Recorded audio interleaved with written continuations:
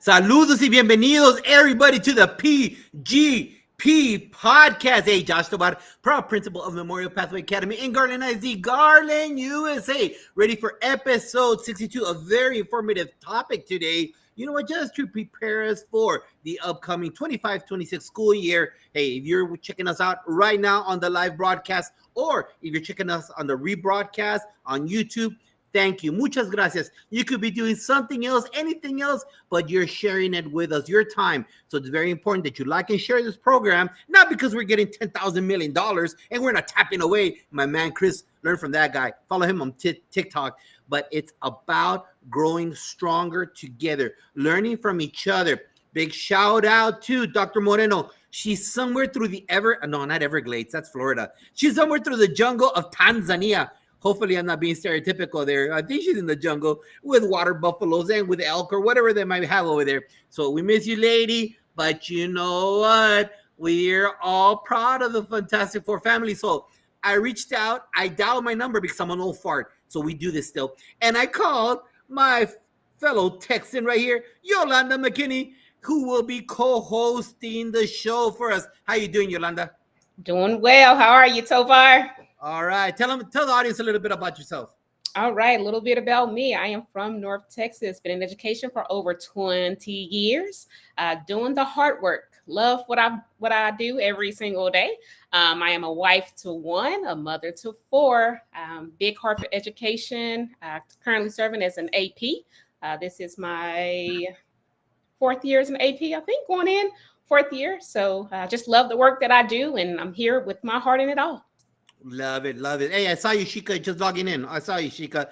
So thank you for being here and helping out the PGP podcast, because remember, we're part of a four-tiered show every Saturday on Facebook Live. We start off with Coach Hurd, who will tell you about that data. You need to analyze the data. You call that cat right there.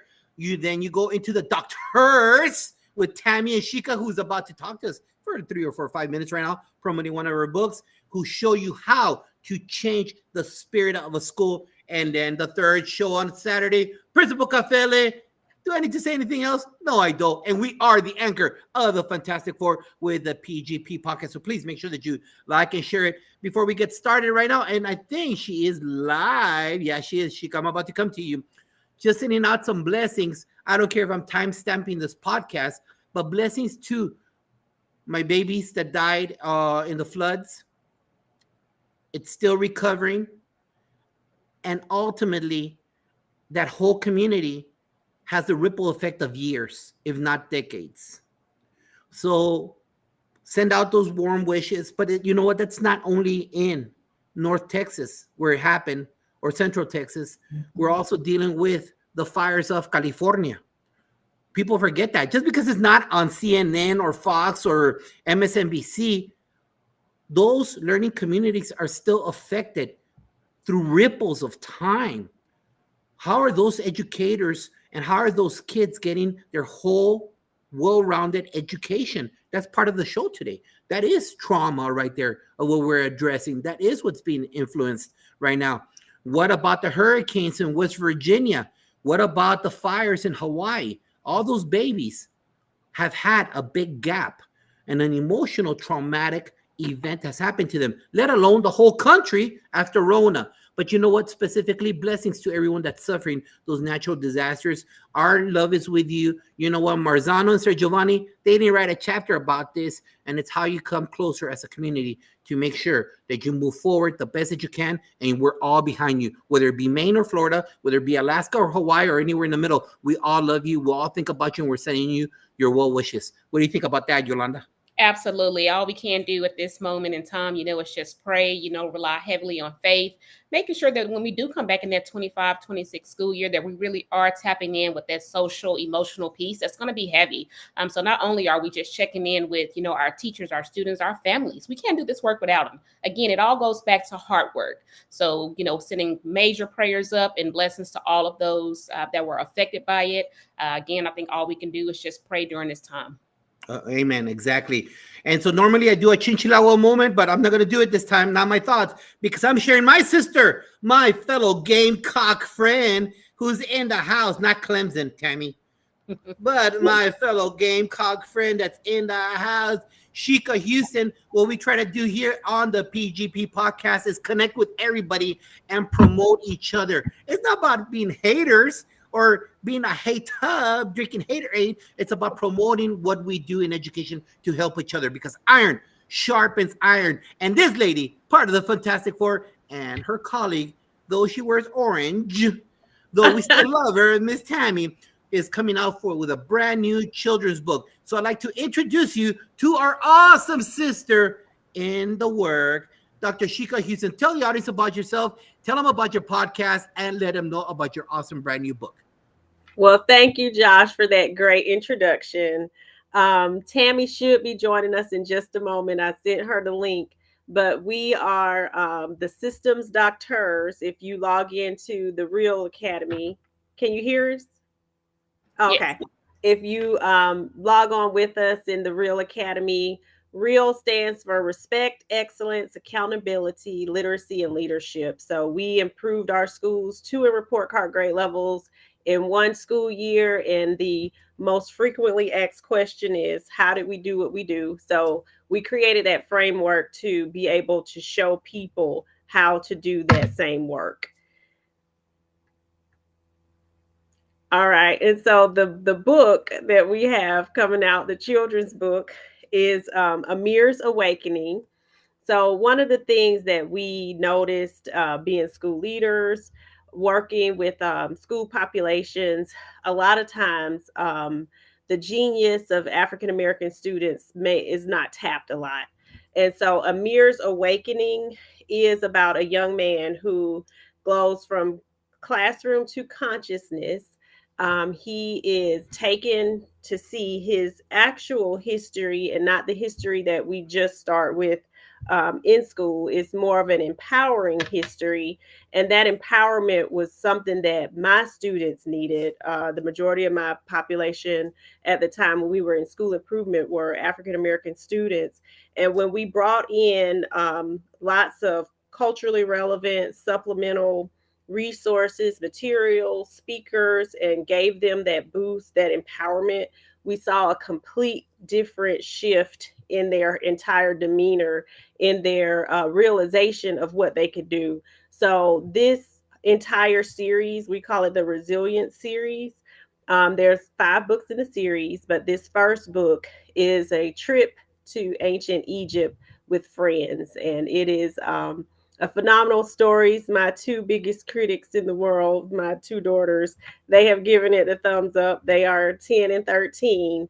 So if you are interested in purchasing, I'm going to put that link in the comments. I think I can, Josh, or the private chat, and you can do it for me. But there's a guide that also goes with the book.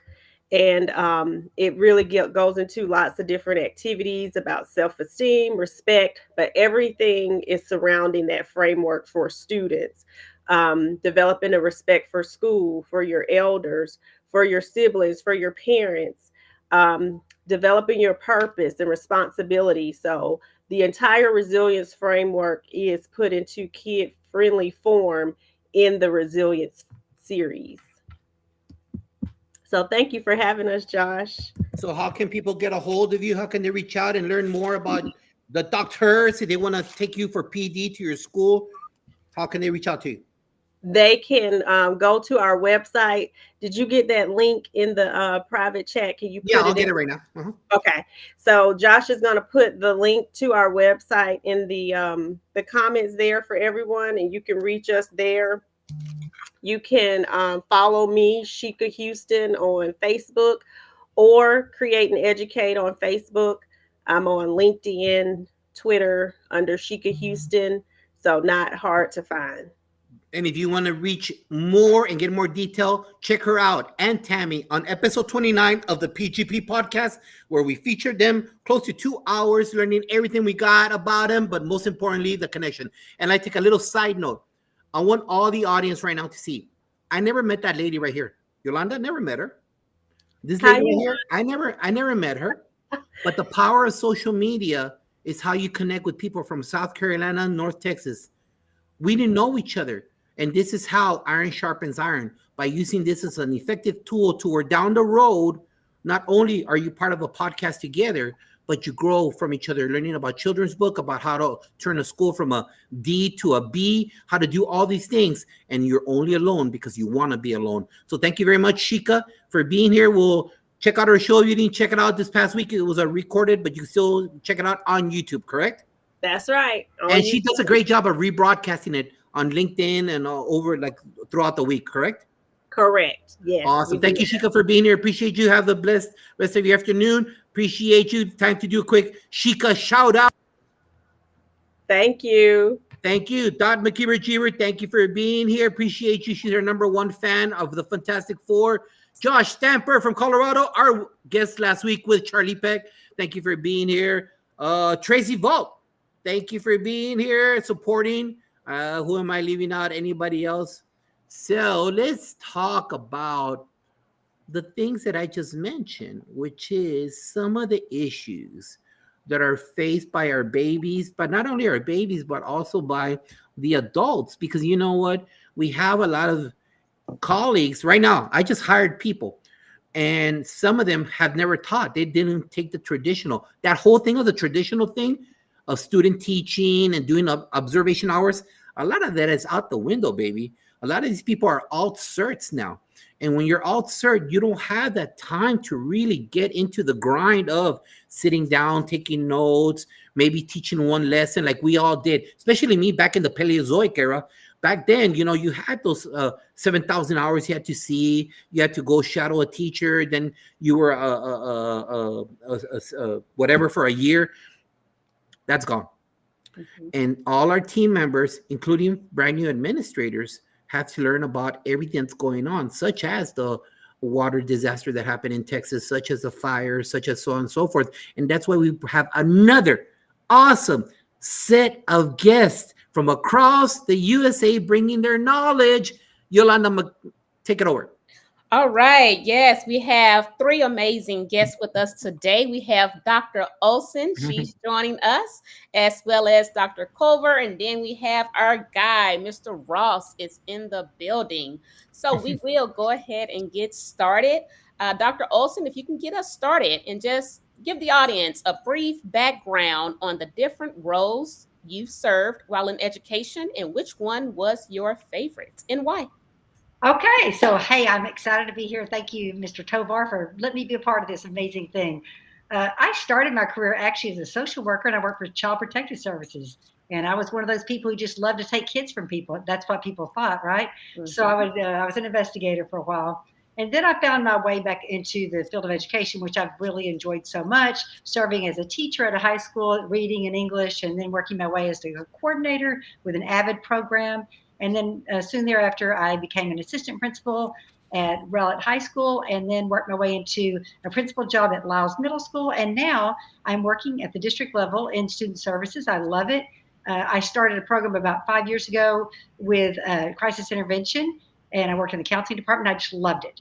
My favorite role, I hate to say it, even though I love what I'm doing now, but it might be being that reading teacher. Oh my gosh. You talk about connecting with kids. Oh, wow. Having a little couch in my room, still connecting with kids later on. I think that was my favorite role. That's awesome. Yeah. That's awesome. All right. Let's hear from you, my man, Ross. All right. Hey, thank you, Josh, for having me on. I want to say that. I'm grateful for the opportunity. Anytime I get to speak to educators across the country, I'm all in. And so I'm thankful to be here today. I'm coming to you from beautiful Indiana. So am I your first? Who's your guest, Josh? I was just curious. Yes, proud of it. Coming to you from the boathouse. So my family, we are avid boaters, and we just recently bought a home on the lake. And so I'm here in the boathouse. I'm so excited. If you see me wondering, it's because I see a boat that I really like, and I'm watching it go by. But I am a proud forever educator. I say that because like all of you, I've been in a lot of different positions in education, from elementary teacher to middle school teacher, coach. I was a pretty big basketball referee here, official in Indiana for about 12 years. And that's educating students and coaches sometimes. But I found myself quickly in administration, in the dark side of education. And I was like, what am I doing here? But I was assistant principal and then quickly a principal. And for me, it's always about impact, and that was the position that I felt like I could make the most impact with the most students. And I'll never forget, I had a superintendent who has now passed away, but he spoke to me my very first year of teaching. He said, "You're going to be a great principal one day." And I said, "You're crazy. I don't want to go there." And he said, "No," he said, "You need to be making a bigger impact on the more than just 20 students at a time." And I'll never forget that conversation that he had with me. And so that led me to 2 years ago, this past July, I made an incredibly difficult decision to step out of my principal role at the time, serving over 600 students in a Title I school here in Indiana. And I took a leap of faith, and I'm the vice president of business development, or positive education, as I like to call it, for a Houston-based company. So I've got my Texas ties here with you all, but Houston-based company, School Life. And in that role, I get to serve schools all across North America, Canada, United States, and it is a blast because Wow. I get to take schools and provide them with the right tools that they need to serve kids. And that's what we're going to talk about today. Not just serve kids, but make sure kids feel valued, seen, and heard in a space that so many times they don't have that. And so giving the tools, giving schools the tools that they need to succeed is really my mission, my current mission in education. And I'm thankful for it. So thanks again for having me. I'm ready to dive into a topic that I'm pretty passionate about. And I really believe that once schools understand trauma and understand where their students are coming from, sky's the limit when it comes to success. So That's awesome. That's awesome. It sounds like it all comes back to what you initially said. It goes back to that impact. So impact. again, thank you for being here. Well, thank you. Last but not least, Dr. Culver, let's hear from you. Good evening. Good evening. I come to you from Oklahoma City today, so I'm super excited to be with each and every one of you. I have an interesting story in the sense that I knew that I was going to be a teacher from a young kid. I had my 10th birthday party in Office Depot, so my dad loves to tell the story that while other folks were getting toys and Nerf guns and things, I was getting pointers and globes. So I knew that was the path for me. Although my mom and my dad discouraged me from being my stepdad discouraged me from being a teacher because of all the things we've heard, right? And so that was not the path I pursued. But after dropping out of college 3 times, and on the 4th try, I got going on the English education path. And I was a high school English teacher at an underserved school turnaround for many years. Had an opportunity to serve in Thailand as an English teacher and head of high school. And then I served as a middle school administrator. And most recently, I served as associate superintendent in a superintendent's cabinet. And much like Ross, a year ago, I made the decision, the leap of faith, to go out on my own, to start what I call the Kindness Tour, all rooted in the science of kindness, to help folks understand that kindness is not fluff. It takes real courage and strength to lift other people up. People need to feel like they belong, they're seen, heard, valued, and respected. And that's my dissertation research. How do we motivate and retain quality employees and spaces to ensure that we have long-term success? And so my whole career is in school turnaround and school improvement. So I'm super excited to talk not only vulnerable about my own story with trauma, but also how we can help educators understand how this generation works and why kindness is so important across the nation. Yes, Yeah. I agree. I couldn't agree more. That is so heavy, but so again, impactful, being seen, valued, and heard. I mean, it's 3 simple words, but they are so critical to our success, not only educators, but again, our students, our families. We can't do it without it. So definitely looking forward to this conversation today. So, speaking of that, we'll pick up with you, Chris, right now. You already gave part of the question right now. What specifically inspired you to enter public education? Or who? Who was the thing and what? And I'm going to peel the onion a little bit back, talking about trauma. How was your first year in the classroom?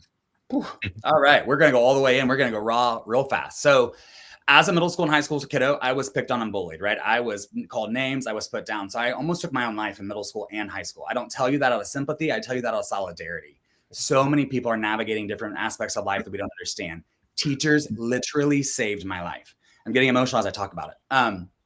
But I knew from that moment that there were so many other students who were navigating situations like mine, and education was going to be the passport to save their life. And so I wanted to answer that call. I wanted to be a teacher. I wanted to do those things. As I shared in the opening, my mom and my stepdad discouraged me because they said, you're going to be poor, you'll be broke, you'll be homeless, all these things. And I was so discouraged. I was like, I can't do this, right? But as I manifested right into the role of being an English teacher, and kind of like Ross, someone said, you need to be a principal. And I was like, no, I'm never going to do that. Like, that sounds terrible. And I said, never middle school. And then I ended up at a middle school. And I was like, what have I done to myself, right? How have I manifested this? But my first year in the classroom was a high school English teacher at a school turnaround site that was taken over by the state. Our principal was fired in the middle of the year. So it was really rough. It was 7th through 12th. We had a semester essentially to turn the place around, or they were going to close us down. So I knew that those kids needed that opportunity in order to be successful. But I'm not going to sit here and tell you the first year was great. Sure, we had academic outcomes that I'm so proud about to this day. When my students entered my class in 10th grade, 9% of them were on track for graduation. And this was the same time in Oklahoma where you had to pass the state of assessment to graduate, right?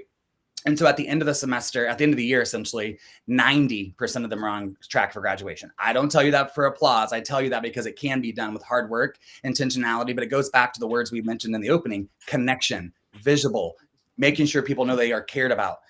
What hill are you dying on, right? So sure, I learned a lot about myself and those students in that first year, but I think ultimately it was my favorite position. I loved being that high school English teacher. I'd go back today in that classroom if I knew what I knew now then, because I think I would be better. But I will tell you, I'm super grateful because I pull from those experiences as I serve as a college professor now part-time, working with new teachers doing their internship, working with principals going into their internship. So it's that space that I know was many years ago, but I pull from it all the time, and I pull from my own experiences, again, being vulnerable about what happened in my own childhood. Thank you for sharing that. Big shout out to the Costa, a hero from Ghana. Thank you for being here. This is truly an international show. Ross, talk to us. What inspired you to become an educator, and how was your first year? Don't fake the funk, Ross. Yeah, no, I am Mr. Positivity, but I'll be real with you on this. And so unlike Chris, I didn't want to be a teacher growing up. And it was my senior year of high school. I had my future laid out for me that I was going to be an architect, looking at colleges or the whole nine. And my guidance counselors, they were at the time, the guidance counselor said, "You're a few credits short of graduating. We've got to stick you in somewhere to get some credits." And I found myself in a 6th grade elementary classroom as a cadet teacher. I had no desire to go into teaching at the time, but it was going to be 3 easy credit hours for me. And it was 2 weeks into that experience that I had a group of boys that did not have father figures in their life. They didn't have any type of positive male role model in their life.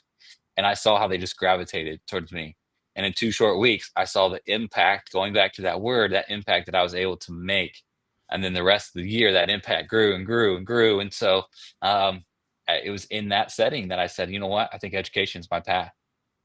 Forget the money, forget the fame, the big city. I want to educate kids, and I want to be that positive role model in their life. And so that's what led me into education. In my first year of teaching, I will be real, it was rough, right? It was crazy. I had no idea what I was doing. It took me 5 years to complete my undergrad, but I felt like I should have been there for 5 more because I wasn't prepared for what was going to happen. But now, connecting it to this topic that we're talking about today, I wish my first year I understood trauma, because there were so many behaviors in that first year that I just came at from an approach of, that's wrong, right? Like, go see the principal type of, you made a mistake, here's the consequence, and we move on. And I was just beating my head against the wall with so many of my students. And then the second year is really when I dove into trauma and what it looked like. And I became a better educator. Literally a flip of a switch. And so when I became an administrator, and that was my passion, was to make sure our staff understood what trauma looked like. And we don't have to all be experts in it, but we just have to understand it and see it. Well, Awesome. That's me. Very true. Thank you for sharing that. Thank you. You did not fake the funk, my man. Big shout out to Miguel Castillo, future guest for our EB show number 2. Constance Gerard, part of the Fantastic Four family. Cheyenne, thank you for sharing that comment right there. And Dr. Olson, talk to us. About a little over 20 years ago, my husband said, when I was working at CPS and I was knocking on meth houses at 2 a.m. to take children from people, and I realized it was a broken system. I was like, this is cannot happen. I can't keep doing this. So I was already a social worker. So he said, you should become a teacher. I bet you'd like that. So I somehow got hired. I don't know how. And my first year of being a teacher, I actually got nominated for Teacher of the Year. And I was like, this is ridiculous. You know why I did? Because I love children. Don't ask me how I ever taught the Odyssey. You asked me the most challenging part.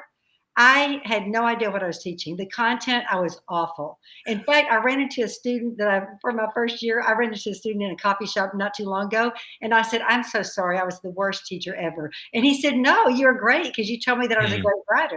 And I said, do you remember the Odyssey? And he said, no. I said, I just proved my point. I was terrible. You were supposed to learn the Odyssey. So I love children, and my passion for kids had been for a long time. So that was oddly the trauma part and all that was first in my mind.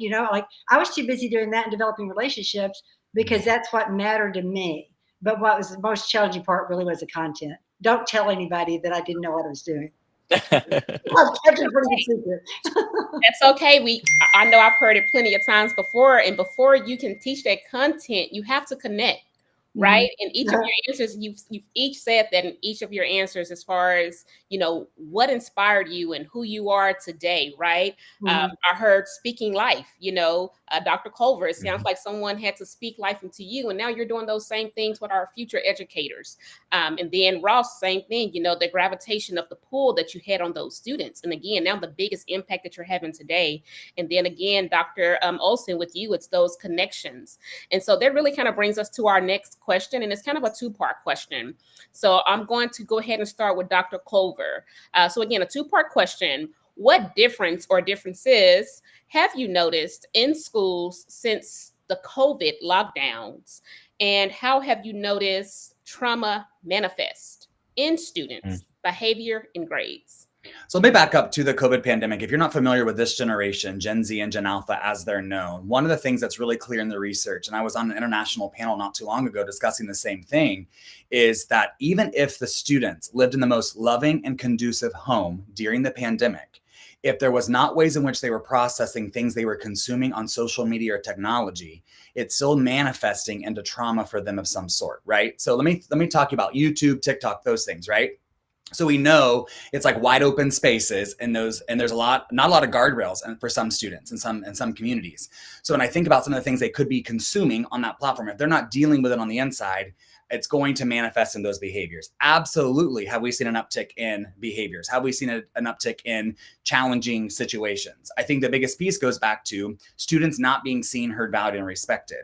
No longer is it you're going to get respect because you're the adult or you hold this title of whatever. It is a two-way street. And that is really hard for some adults to understand. And I always say, I don't tell you this to be offensive or to be rude, but there's no longer kings and queens of kingdoms. Like it is a classroom, it is a community. And Simon Sinek tells us in the research that this generation does not understand how to foster friendship. So not only are we teaching content, we're also having to teach how to build community, how to get along, how to communicate. They're so used to communicating on their cell phone or digital devices that really, when we set them up in collaborative groups, which is super simple because the research, again, is clear. 1960s, we had rows for janitors to clean classrooms, not for academic success. So when you think about collaborative groups as something so simple, that intentionality allows students to understand how to get along with one another, how to work as a team, how to problem solve. These basic functions that we've lost as in our childhood, right? We really moved away from that play-based childhood to a phone-based childhood. That has triggered a lot of things too. Instant gratification, wanting to have connection, keyboard warrior, saying whatever you want.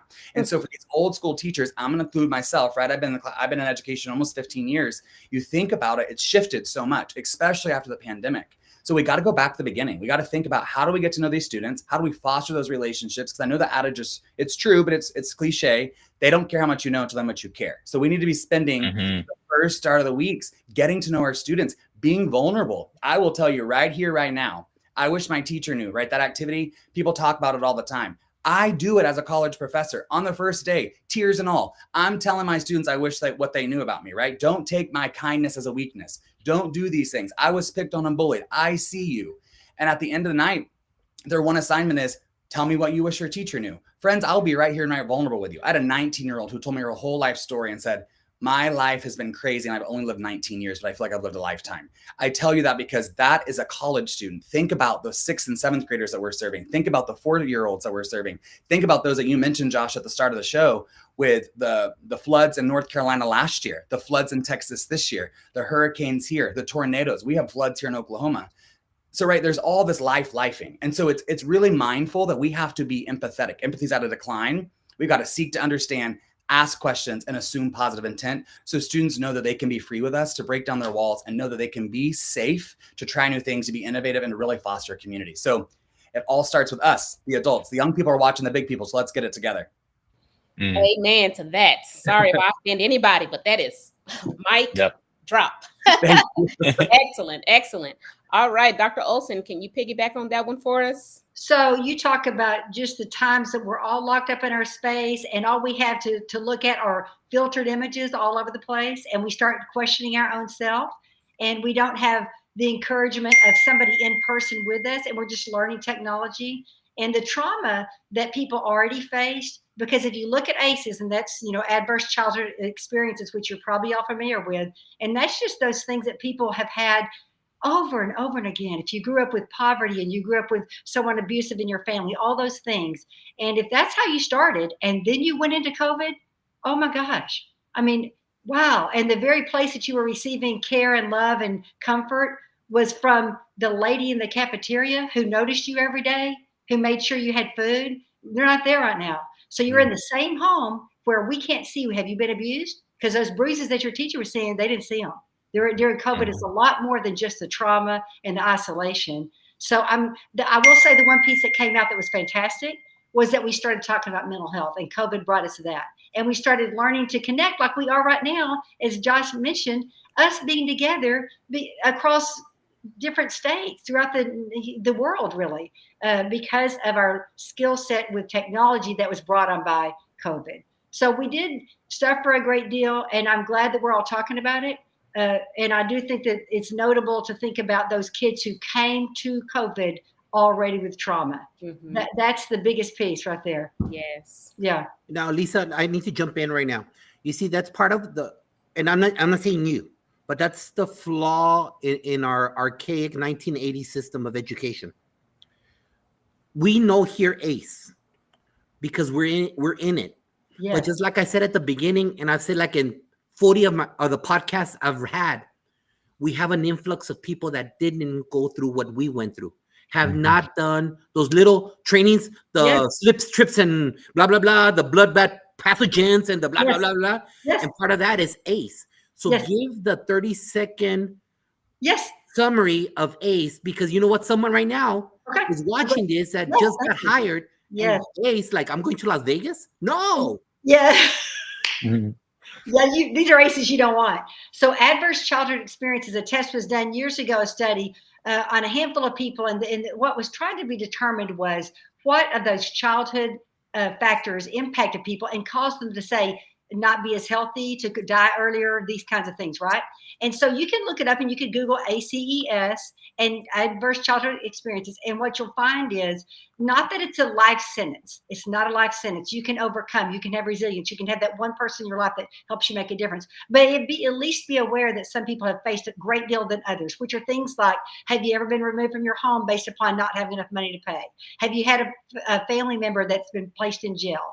Have you ever been abused by someone? These are the kinds of things that are childhood experiences that cause you to end up being in a place that's not as optimal sometimes as a person like me who didn't face a lot of those childhood experiences. And I recognize that. So I can come to COVID in a place where I'm suffering, but not like those who have already been abused or in those kinds of things. So it's a great bit of information in a study that was done years ago in order to determine what we can change in people, what we can help with people with, what we can recognize in people's past that in fact impact their present and their future, and how we can mitigate that. Because it is not a life sentence, but we need to have the knowledge so we can say, how can we overcome? And we can overcome. Thank you for sharing that, Ross. Yeah. So, I think COVID leveled the playing field for schools, right? It gave us an opportunity in education to reset. And the work that I've done with schools in the past few years post-COVID, I see schools that took advantage of the reset. And they said, we are going to do things a different way, a new way. Mm-hmm. I see schools that said, we're just going to revert back to how it was, right? And we're going to make COVID an excuse for things that don't work how we want it to. And they're struggling. But the schools that said, hey, we're going to take advantage of this reset. We're going to understand where we know where we're at, are succeeding now. And so getting all schools to jump on board and say, hey, let's look at this from a different lens. right? If we need to step back to COVID, that's fine. Let's look at this from a different lens. So, as an educator, when I was in education, I read a book by Dr. Ruby Payne. Obviously, Dr. Payne knows trauma and poverty and all that, but emotional poverty, because I was serving Title I school, and I thought that the students that were coming with high A scores that we could see walking in with baggage were the only students with trauma. And that book really opened my eyes, because all students have trauma. And I think COVID, again, going back to it, every kid in your school has now experienced some type of trauma. But even, I worked with recently a school that was in a pretty affluent area, and the principal kind of joked and said, well, our kids got it pretty good here. But there was more trauma in that school than some of the, inner city schools that I've worked with. And so just understanding and really seeing that all students are coming to school with baggage, with trauma, and again, making sure they feel seen, valued, and heard. Every student, not just the ones with the high A scores. I love the A, there's nothing against that. That allows us to see it easier, but all students need to have a space where they feel safe, valued, seen, and heard. And school is that space for so many kids. Well, Ross, I agree with you what you just said right now, and I've always said this, that I rather deal with kids that came from me, who's an immigrant, who had to learn English, who was of poverty. It's hard for me to work with kids that are higher socioeconomic, that air quotes silver spoon in their mouth, and then we look at them like they have no trauma. No, you're right. Yeah. When I took over a medical magnet, it was a different echelon of kid. The kids that were ready for the next level, the want to become doctors, those were, my God, those were the most that wanted to talk to me. Not my homeboy, not my little cholitos, not them. They wanted some love, and that's it. They'll move on. But the kids that, they have a different set of A scores. They have a different set of trauma. And so just because it's an A-rated campus, or just because it's a magnet or an IB school, bro, those kids have stuff too. So keep an eye out on that. Please make sure you keep an eye One on thing, that. sorry to interrupt, Josh, but one thing that I always say is it's our 60%, right? That 20% of our students are in this category, 20% are in this category, but 60% of our students come to school every single day, and you can't see the trauma. They get decent grades, they do the right thing, and we just let them go on in life. We don't give them the attention that they deserve as well. So understanding that not just our top 40% that needs our attention, we can tell they need our attention, but the 60%, the steady eddies that are doing the right thing every day, they deserve our attention as well.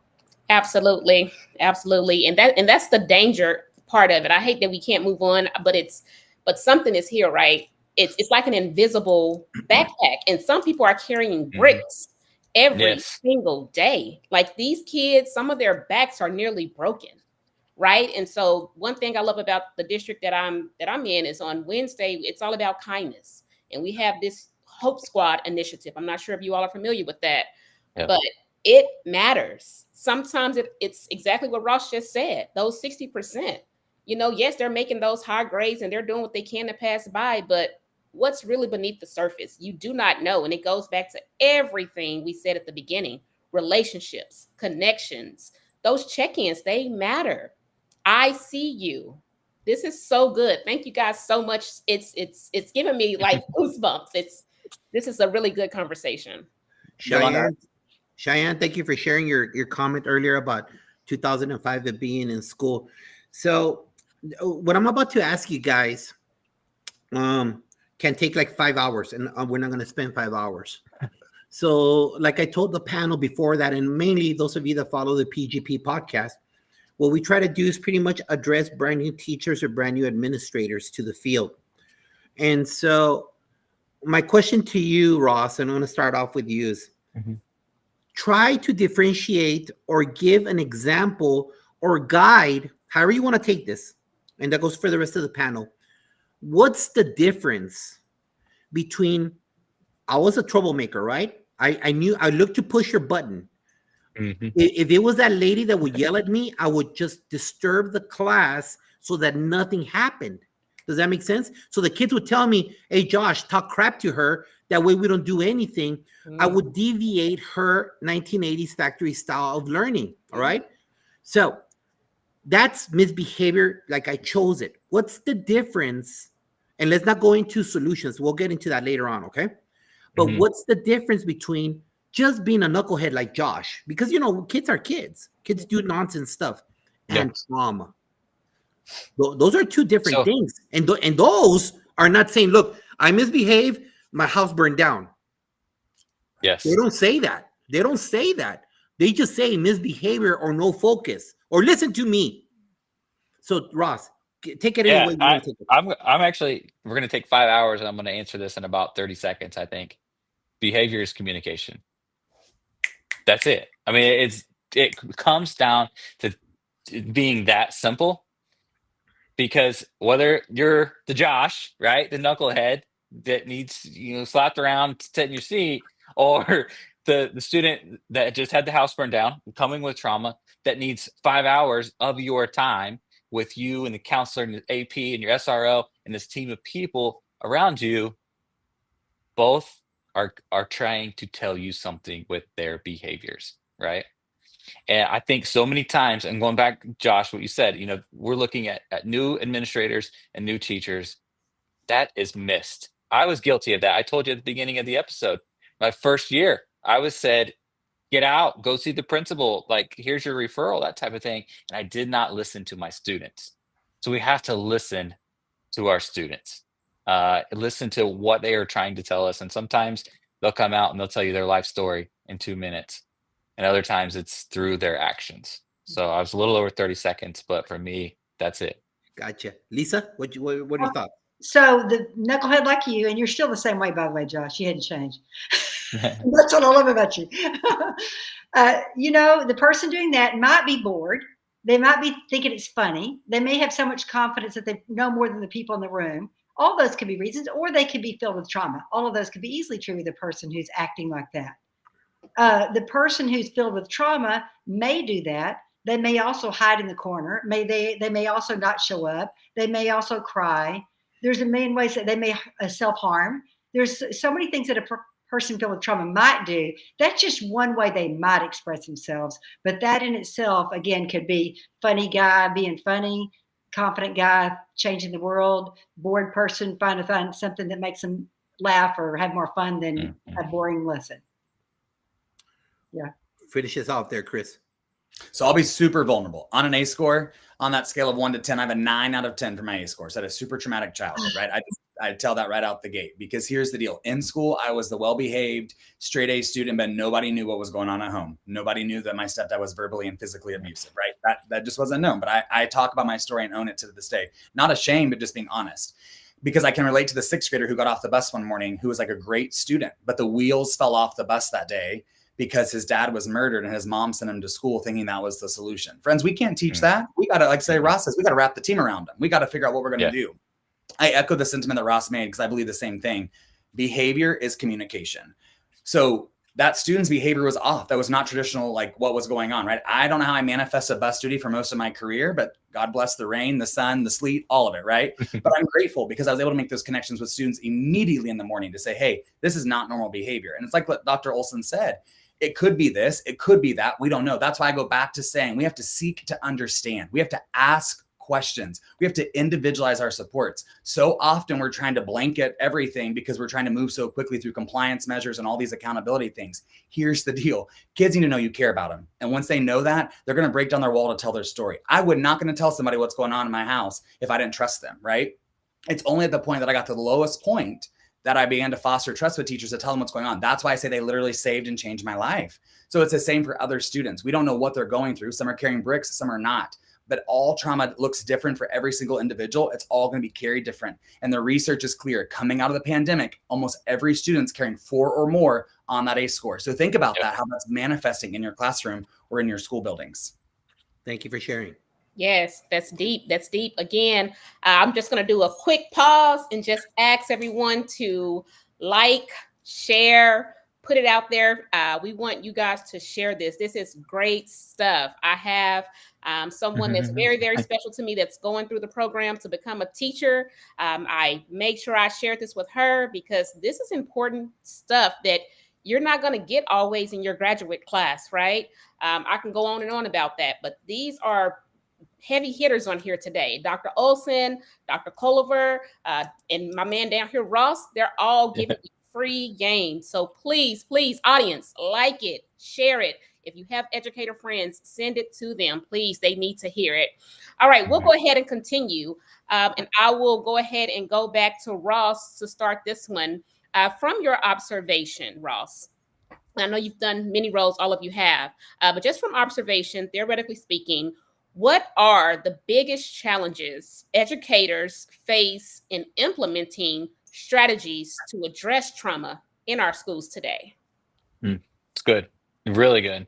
Number one is time, right? Especially if you ask a teacher.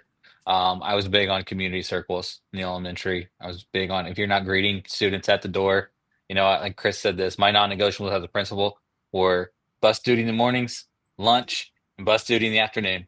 That was blocked out in my schedule, and I was there every single day.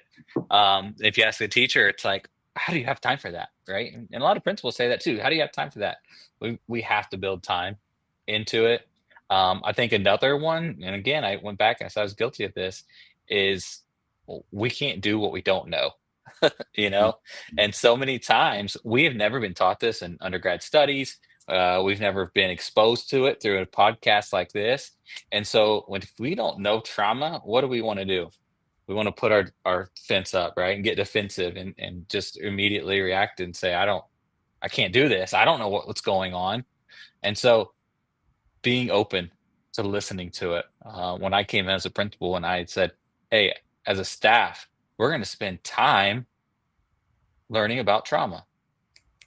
They were like, whoa, what? I'm a counselor. That's the counselor's job. No, this is your job. This is all of our jobs now in education. We are all counselors. We know we're the nurse and all these roles, but you are a counselor as well. And for so many students, if we can spend 2 minutes in the morning listening to their story, you just saved the hour that they disrupted your class, or God forbid, disrupted the entire class, through desk and chairs and the whole nine. If you just want to listen to what they would try to tell you at 8:05, we could have prevented this entire thing. And so I think it's time and knowledge are the two biggest things that are preventing this type of work in schools. So important. So important. Thank you for sharing that. Yep. Dr. Olson? Well, I would say it's the trauma we bring, our own trauma, because I'm asking a teacher to help with the children's trauma, and they have their own, and we forget about that sometimes. I was working in the counseling department at the district level a few years ago, and there was a lockdown in a school, and I said, all I could think about was the person that I supervised. She's an LMSW, and she was there on the campus. And so I finally showed up at the campus, and I knew that it turned out that everybody was fine. That didn't matter for the 45 minutes they were sitting there under their desks texting their family members. Mm-hmm. That's traumatic, regardless of the result. There's a gunman outside, and when there's a gunman outside and people are texting their family, they don't know if they're going to live or not. So I walked in and I said, "Are you okay?" I didn't even think about the students, I'll be honest, because my priority was the person who was thinking about the students. And the girl said to me, "I'm so worried about the kids." And I said, "Weren't you sitting underneath your desk?" And she said, "Yes, I'd already texted all my family members because I didn't know if I was going to live." And I was like, let's stop for a minute. Let's talk about you right now. The kids are going home right now. Let's talk about you. I think our own trauma makes it hard to deal with the trauma of everybody else's. Very important. Yeah. Very important. I think you're definitely right on that. I think we all, I don't think there's not one educator that does not have some form of trauma. It might be small, but we all have it. That's heavy. Dr. Culliver. I'll just be really vulnerable. In our state, we're not allowed to talk about trauma. SEL is not real, right? So what does that look like? And I know that's not unique to Oklahoma. I know that's happening across the nation. So that's an extra layer that you're navigating, because we know it's real. Mental health is real. Social emotional learning is real, but we say it's not, right? So that's really difficult. I also think about what Ross said with time, or even understanding of trauma. I think about the principal that I served with when I was an assistant principal. She said that she didn't understand ACE scores because she had a 2. So that's not her problem. The reality is, if you don't create a culture of your building or your district that's conducive for students to feel safe and to thrive, that trauma is going to fester every day, all day, because they're in survival mode. They're trying to figure out how to survive and thrive, right? So we have to be mindful of those pieces and be intentional with our time. We all get 24 hours a day, but how do we block off those times, like Ross said, in the morning for bus duty, after school for bus duty, lunch duty. And for me, I was very intentional with classroom observations every day. I wanted to be in classrooms, especially where those high hitting flyers were. What's going on? Is there a student that's triggering something? Is it the teacher's behavior that's triggering it? Is it the culture of the building that's triggering? Like what can I do to seek to understand, to ask questions so I can start to resolve those issues? Because as we talked about in the previous response, all trauma looks differently, right? The responses look differently. So how do we understand that student at that core level to ensure we're individualizing supports? Like Dr. Olson said, hey, we need to stop for a second. Let's talk. And like Ross said, if we would stop at 8:05 and listen to that kid, and I know as a principal, when the doors are opening, we're getting slammed with everything and covering classrooms and all the moving pieces, right? But if we would be intentional, if we would stop for that 8:05, 8:06, that 1 minute could change or save someone's life in that day. And we don't know that. We don't know that. And so we have to be intentional with our words, our time, and our efforts, not only support the little people, but also our big people, because there are some older teachers that don't think they have trauma. And they do, right? They do. And so they project it out onto students, but they're equally same in my millennial generation that have trauma, who haven't navigated it yet, who are projecting that onto students. Students can read between the lines and figure all that out. So if they are feeling that, right, their trauma is escalating up, and it's going to manifest into different ways in which we don't know. So I always go back, and I know people probably think it's cliche. Your culture matters. What you do on day 1, what you do on day 14, all of that matters. If you don't create an environment where kids feel safe and feel conducive to learning, that math and science isn't coming, right? You got to start there before those outcomes ever come. It's not a one size fits all. It's a really intentional effort that we make. You took the words right out of my mouth. It's not a one size fit all. It is definitely not. This is not a cookie cutter process. It's not. Nope. It just won't work. It does not work. That's awesome. So let's keep in the back of our mind, those of you in administration, just like myself, have you had that teacher go through a divorce? Have you had that teacher go through a divorce? Yes. Yes. That kind of divorce? Yes. Yes. Yes. Have you had a teacher whose parent is ill and passing? You really think they're presenting A squared plus B squared equals E squared in an effective way when mama's in ICU? Family first. Mm-hmm.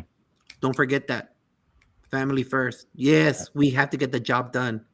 But if that person you already know is somewhere else because mama's there, or they just called you from the nurse's office because your son fell from the jungle gym and you have to take him to Med Plus because they broke their femur or whatever they broke, you think that teacher cares about lesson plans, about leaving for the substitute?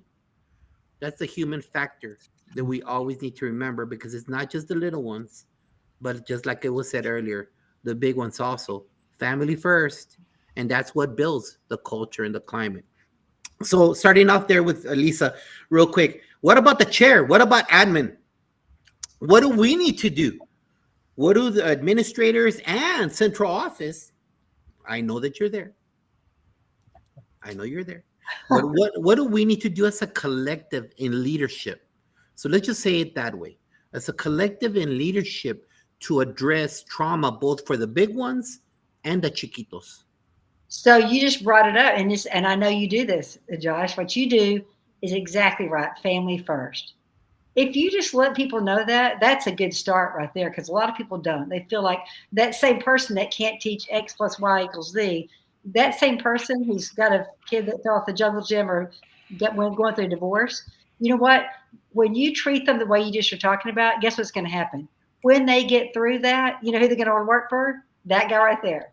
That guy right there that just said families first. So I think we start with that. And then the second piece, I think, is we try to just minimize people's responsibilities that are off the chain, just like this point where they have so many responsibilities at the district level or at the administrative at the campus level, whether it's me or you, either way.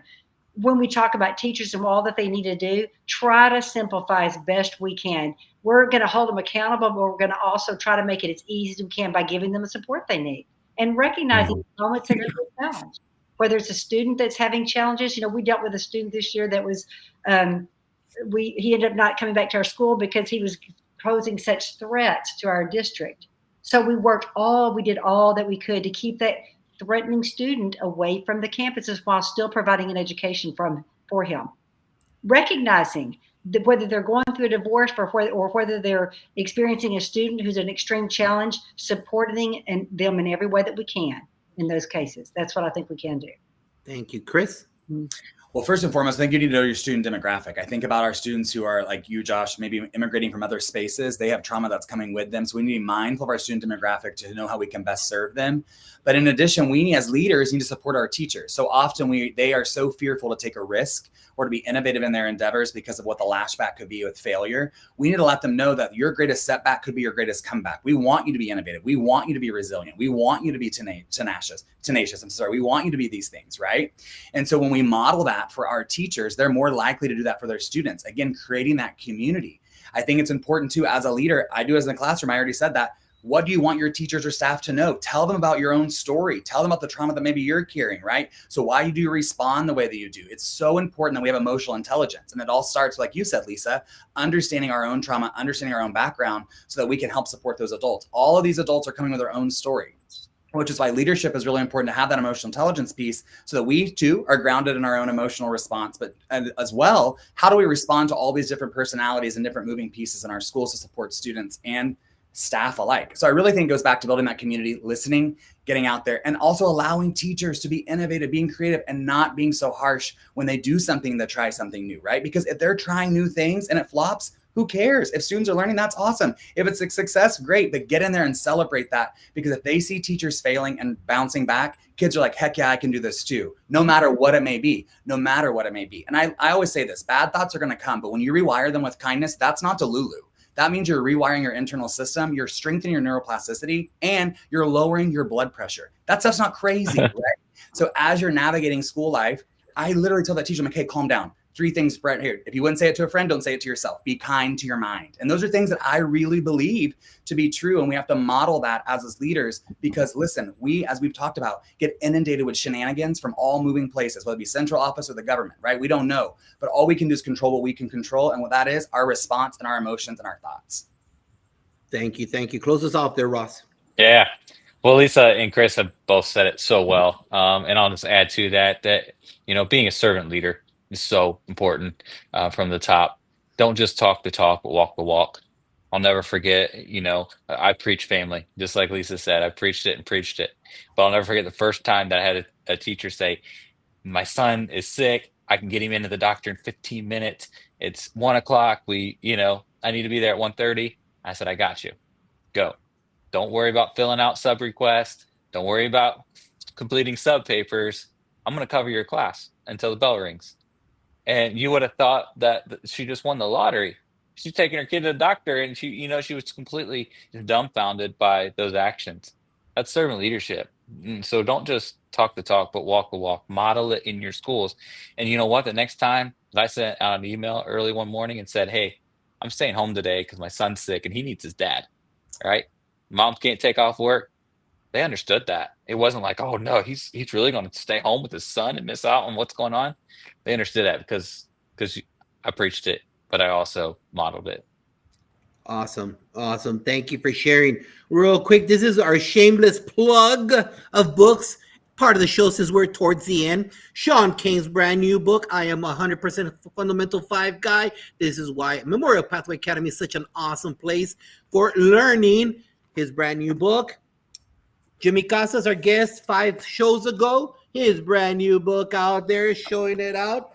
If you're having some kind of issues with discipline, Kevin Curtis shows you how to do restorative practices from classroom level, campus level, district level. If you don't know how to do it, this cat's the guy. He was here a couple of times already. Trust me, I get no money from this. This is our book study for Memorial Pathway Academy. This is our third book study on the adolescent brain. That's all I believe in is what we're talking about today. This is our third book study where we're going to learn from each other. And it's amazing what you can do when you understand the kid and trauma. This is a great book, and it gives you specific examples on the brain and behavior in class. That's why they're not learning your slope thing, because they got other things on their mind. They don't care about your slope. And if you want to be drinking your Mai Tai and you want to read 23 stories about 23 educators, chapter 23 from this cat right here on how we do great things at MPA and Socorro High School. Check out from Barbara Braid, this book right there. And just before I hand it over to Yolanda, the campus that I have the honor of supporting, we have kids that are sent to us that create chaos in big schools. A lot of fights, mass fights, whatever you might call it. So we have 5 programs, and all I'm going to say is this. Sometimes I understand about movement and placing them in somewhere different from their environment. I understand that. I have not had a fight at Memorial Pathway Academy in that program in 4 years. And these are the kids that are at risk, that get into fights, the kids that throw desks, that tell the principal F you, that threaten the principal in their face. Go figure. They're pretty chill at Memorial Pathway Academy. I wonder why that happens. Understand them, and get to know them and speak it. Yolanda, stick. All right. Yep. Good stuff. All good stuff. So we are, as Tovar just said, almost done, but we want to talk to that brand new teacher on this question. And so I'm going to ask you all just to give us one effective classroom strategy for that brand new teacher that he or she can use that will create a safe and supportive campus for all, especially those facing trauma. Let's hear it, Dr. Olson. So Chris and Ross have already talked about it multiple times. They have. But I like to call it, we might call it kindness. I'm going to say agape. It's the unconditional love. If you don't love people unconditionally, and that does not mean you don't hold them accountable, because if you love them unconditionally, you do hold them accountable. That's right. But you can't help when a kid's screaming at you, when they're cussing you out, and you love them in the moment, and they can't deny it, and you don't say a word, because you can't help but love them. And you know that anger doesn't come from you. That's you know the anger is for something else, deeper than that, that moment. Unconditional love. That's it. That's good. That's a good one. All right. Let's hear it. Dr. Culver. I would say it's the 3 C's: compassion, connection, collaboration. Right? We got to foster that space in which they know they care about, like Dr. Lisa said. We got to say their name. I know this is more than one thing, but they got to say their name at the door. That's 33% increase in engagement. I think that's important to highlight. But in those first 2 weeks, we're not focused on content. We're focused on connection. We're focused on compassion. We're focused on that collaboration, because the academic outcomes will come once that space is created. So take the time to invest the efforts to let kids know you care about them, connect to other students, and you create that culture so the success will come. I love that. That's good stuff. Good. For me, I already said, I wish I would have done this my first year in teaching, but relationships. Yep. Taking time to build the relationships, not just with students, but with the adults in the building as well. You know, Josh hit on a few of the big life moments that can happen for us as adults. When those things happen, who's going to be there for you? Exactly. The teacher next door. Right. So spend time to really cultivate those relationships with both the students and the staff in the building. That's good. Awesome. So let's turn it around the other way. Ross, how can, or the schools, the actual campus, that entity, how can they make a connection with families of trauma, students that face trauma? Because you know what? A lot of times those parents are facing that. And it's just being passed down to their kiddos or that community. As you mentioned, I think before the show, you mentioned there's an administrator in the Bronx for 30-something years. Yeah. And I'm not saying stereotyping the whole Bronx, that it's all poor, but you know what? There's a stigma to that of what that belief is. So in these kind of communities, how can we better connect with them? Yeah, that's great. I love that because there's so much generational poverty in our country, and we don't listen to these people. As an administrator, I've said this with our students, but listen to their parents. It took me a hot minute, I'll admit, as an administrator to figure that one out, right? But I'll let parents come in, they're hot as a firecracker, they're just mad at the world, mad at this teacher, that teacher. Give them 5 minutes to vent, and then we can get to the root. And most of the time, they forget what they walked in your office about, right? Because they But just want to be heard. They just they want to just want to be be heard. heard. We have to listen to our communities, and we have to listen to the parents of these children, and not just listen to them, but take a chance, try something. So I'm so big on just getting out into your community that you're serving, being seen, Yes. and listening to the folks that you're serving as well. Yes. Lisa. So I say that we find the right person for the job to connect. So, for example, recently I was supposed to be doing a home visit for a family, and I knew they were immigrants that were probably not legal in our state, and so they said we need to go out to make sure they actually live there. I said, well, here's what I'd like to do. The intern that I'm working with is Latino. He speaks Spanish, and he doesn't look a single thing like me, and I'm not the one for that job. It doesn't matter. I had 20 years experience. He's working his bachelor's degree. I don't care. That's the guy that needs to go to that door. And guess what he needs to do? He doesn't need to show up and say, hey, by the way, I'm here to make sure you actually live here. He needs to bring a little gift that has some little things for that student. So that's what he did. He brought a gift of books, and he showed up at the door, and I wasn't with him. So know the right person to connect. It will not always be you. It will not be the most educated or the most experienced. It will be the person that can meet them where they are. And he didn't worry about that guy showing up at his doorstep. I don't know what he would have done had I shown up. I doubt he would have answered the door. 100%. I would have understood that. Yeah. Perfect. Chris? I say educate them, right? Let's educate them on what's going on. I mean, I've been doing parent workshops across the nation to help them understand this generation, to understand the brain research, to understand the trauma that they're carrying and how we can combat it in a non-threatening way. And the feedback from some of the parents is like, wow, I didn't know I had that myself. I can't imagine what my kid's carrying, right? So it's changed the conversation, especially around social media and devices. I think about, Lisa, your point is exactly that. It's the right person for the job. I think about a time in which a former colleague of mine called the police on a parent in her office, and the parent called the police, right? Think about all the trauma that's happening in that squared office. And I'm sitting there as like mortified. I'm like, what is happening? So not only having to navigate that piece, we have to navigate all these other moving pieces with it. But if the parent was educated, or we were educated as adults in the administrative position, that whole could have changed the entire thing. Why do I talk about that? I mean, that's what we need to do. We got to help educate, listen, inform, but also open our doors. So many principals, so many leaders have their doors shut, and it's harder than Fort Knox to get into the buildings. Listen, it's a community. It's a community. We're serving people. We're serving students. Let's open up the doors and make it a kumbaya. Let's all come together, because our communities have gifts they need to share with the world. In our school space is often the times in which they can share it, because they feel safe if we create that safe space for them. Important. That's so important. You have to create this safe space inside the building.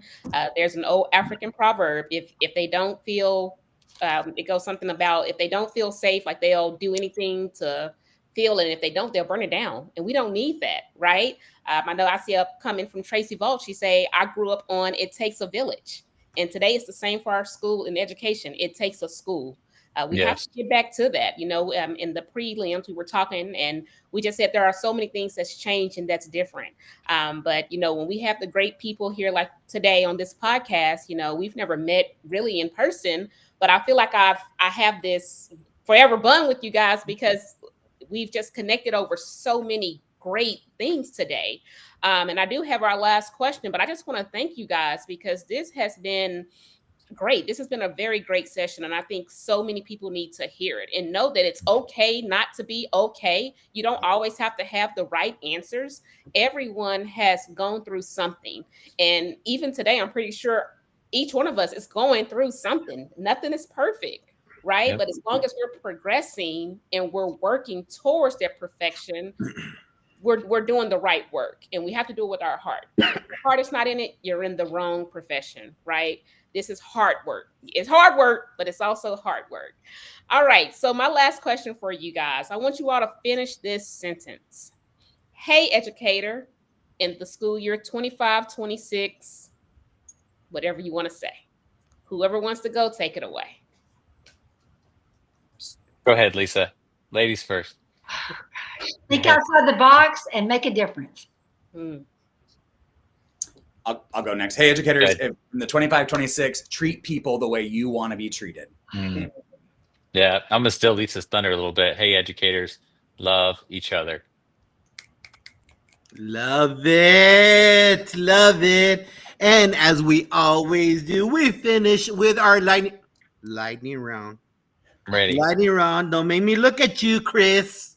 We're ready. Lightning. We're lightning. Don't make me look at you, Chris. We're happy tapping and we're ready. We're happy tapping. Bro, I got to follow you twice per day, man. I feel like tapping with you right now. All right. So this is the lightning round, the Échale Ganas question.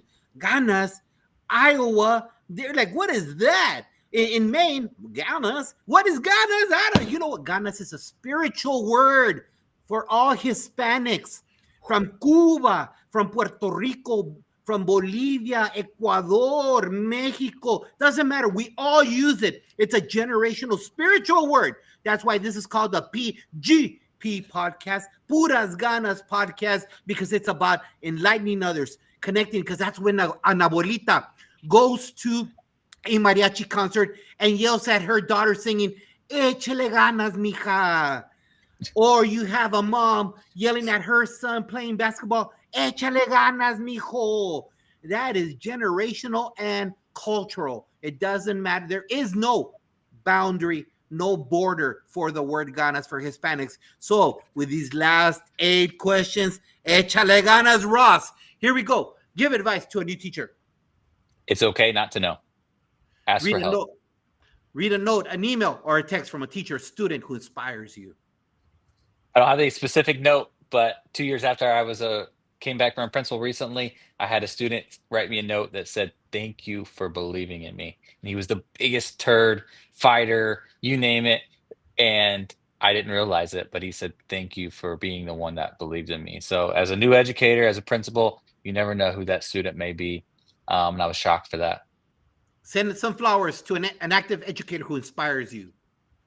Oh my gosh. An active educator, Dr. Tyler Cook. One person people should follow on social media. Brene Oh, this for everybody? I'm supposed to be answering all these. You go. It's just me. Andre, the brain engager. Look him up. All right, well. What is your favorite action movie from the 80s or the 90s? Oh gosh. I was born in the 80s, Josh.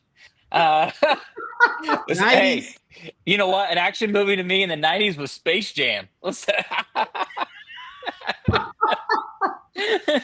Why not? Disney or the beach? Why? The lake. I already told you. It's a lake, always. What is the best fast food franchise and what do you order there? Oh, Chick-fil-A. Spicy chicken sandwich. Customer service. Always. Who is number 1 for you? Prince, the Beatles, or Led Zeppelin? I was born in the 90s, Josh. Say something. I would say the Beatles. Okay. Hey, youngins. How can the audience get a hold of you, young man, with all your knowledge and everything you bring to the table, especially the corazon? Yeah, thank you again for having me. But on all socials, it's the Mr. Braun. There is a story behind that, but we can talk another time about that. But it's the Mr. Braun. My website is www.themrbraun.com. Or if you want to check us out, schoollife.com as well. Got it. Awesome. Lisa, here we go. Principal Cafele, enjoy your plane. I know you're like in 7,000 places right now. Principal Cafele, you just brought the fire, and I know you're going to your institute. So blessings to you. Safe travels to you. Lisa, here we go. Give advice to a new teacher. Be kind to yourself. Read a note, an email, or a text from a teacher or student who inspired you. I saw you as a friend rather than a teacher. You helped me with many things, and for that I say thanks. Thank you for doing stuff for me without me asking you. High school was rough for me, but having you at my back was a blessing. Eso. Here we go. Send some flowers to an active educator who inspires you in your work. That might be you. You may be getting some flowers, and I'm not even kidding. No, We're thank you. doing it right now. I'm serious. Thank you. Name Yeah. one person the audience should follow on social media. I think Brene Brown or anybody who's inspiring and positive. What is your favorite action movie from the 80s or 90s? It has to be Top Gun because they were just so dang cool. I felt like I was cool watching them. Disney or the beach? Why? For sure, the beach. I just got back from the beach. I mean, do you need anything more than an ocean and sand? I don't think so. And a couple of margaritas. That's it. What is your favorite fast food burger franchise? Got to be What do you order? Whataburger. It's Texas born. Double meat burger Yeah. all day long, all night long, anytime, 24/7. Who is number one for you? Prince, the Beatles, or Led For Zeppelin? sure, Prince. Ahead of his time. Fantastic. Can't get better than Prince. And how can people get a hold of all your knowledge and all? You all don't know what she deals with. we're locals together. She deals with some heavy stuff. If you want to pick a brain, that's one of the. I'm not saying they're not good. I'm not. I've seen them. I've seen their work for a while. I followed them. So But- you can follow me on social media, but I'm going to give you my cell phone. I'm not even joking. My cell phone everybody has, and it's 972-978-3861. 972-978-3861. I've had it since cell phones came out. I've given it to everybody, and it's never been a problem. Never had to block anybody. Never had a problem with it. Please reach out. Text me is the best way to reach me. Very, very cool. Thank you. And remind me, we got to talk about fentanyl. That comment. Yes, let's do Okay. it. Yes. Yeah. Let's talk about fentanyl. Awesome. Let's Well, do not to do it, all right? it. Yes. I know what you mean. Well, right now, you never know. We're gonna try something once. All right, here we go. Let's go, Chris. Let's go. Let's finish this off. Give advice to a new teacher. Some people need a second chance and third, third, or fourth chance to shine. It's not always the first chance. Read a note and email or text from a teacher or student who inspired you. I got this on TikTok just the other day from a teacher who said, "Thanks for telling your story. I hope you never forget how many people you help and how amazing you are. I can truly say that you are a light in this dim world. Thanks for making the jump to go live." Yes, so send some flowers to an active educator who inspires you in your work. I'm inspired by Patrice Cannon, high school principal Millwood, here in Oklahoma City. Name one person the audience should follow on social media. Katie Kinder, that teal glasses lady, is an amazing best friend of mine, and she's incredible at what she does. She might be in Garland soon. What is your favorite action movie from the 80s or 90s? I'm like Ross. I was born in the 90s. I'm going with Mission Impossible here. All right, you guys just taught me. I gotta redo that question. Darn it, you youngins, Sorry. us old people. Darn it. My birthday's tomorrow, so I'm getting a little bit older, right? All right, Disneyland or the beach? Happy Why? birthday. The beach. I was just in Virginia Beach, and I'm going to West Palm Beach for work in a couple weeks, and I'm excited. What is the best fast food burger franchise? What do you order? Culver's is excellent. It's like my family, but I don't get the money. I can't find it in the family tree yet, so I'm on the hunt. Right? All the burgers are there are great. What do And you the order? What the burgers and shakes are great. All right, who is number one? Prince, the Beatles, or Led Zeppelin? I'm like Lisa. Prince is the number one. And how can people get a hold of you to go to their campus, to their district, and talk about this kind of topic? Absolutely. So I pride myself as a culture guru, Gen Z and Gen A expert, and a kindness advocate. All of that can be located on my social media at Dr. Chris Culver. I'm also live on TikTok 2 hours a day, and everything's on my website, www.orangesparrow.org. Thank you, panel, for being here today. Thank you to all the audience. A lot of interaction today, and that's what it's all about. It's about making sure that we grow stronger together. It's very important that we use this kind of platform, not only this one, but the Fantastic Four, because you've got data. You've got how to turn around a school. You got Principal Cafele talking about the whole span litany that he talks about, and the fantastic and the anchor, which is PGP. This is all free PD for you. This is a time of no money. We know that. Okay, let me repeat that again. This is a time of no money. And if you want to do something, you got to draw blood and you got to give your firstborn to get a pack of pencils. So if you want to avoid all that kind of stuff, you've got these platforms. You've got different podcasts that are here for you. And let me tell you, these are the people that are they're practitioners. They go from state to state, city to city, and they absorb and they present and they get better at it. And they go from another place to another place, bringing in all of this knowledge, and it's all there for you. And it's here on these kind of platforms, and it's free PD. So please make sure that you like it and share it. It only took you 1 second. Just like it and share it right now. And it doesn't matter what, because you know what? Iron sharpens iron. And next week, join us. Next week's show is, and I retired. Now what? You're going to talk to some educators who just retired.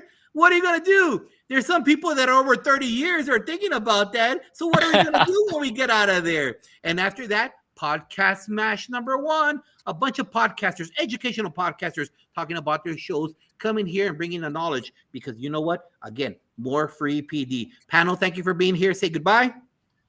Yeah. Thanks, Thank you. everybody. This is Hold fun. on tight. Don't hang up. Don't hang up the call. And thank you, everybody. Appreciate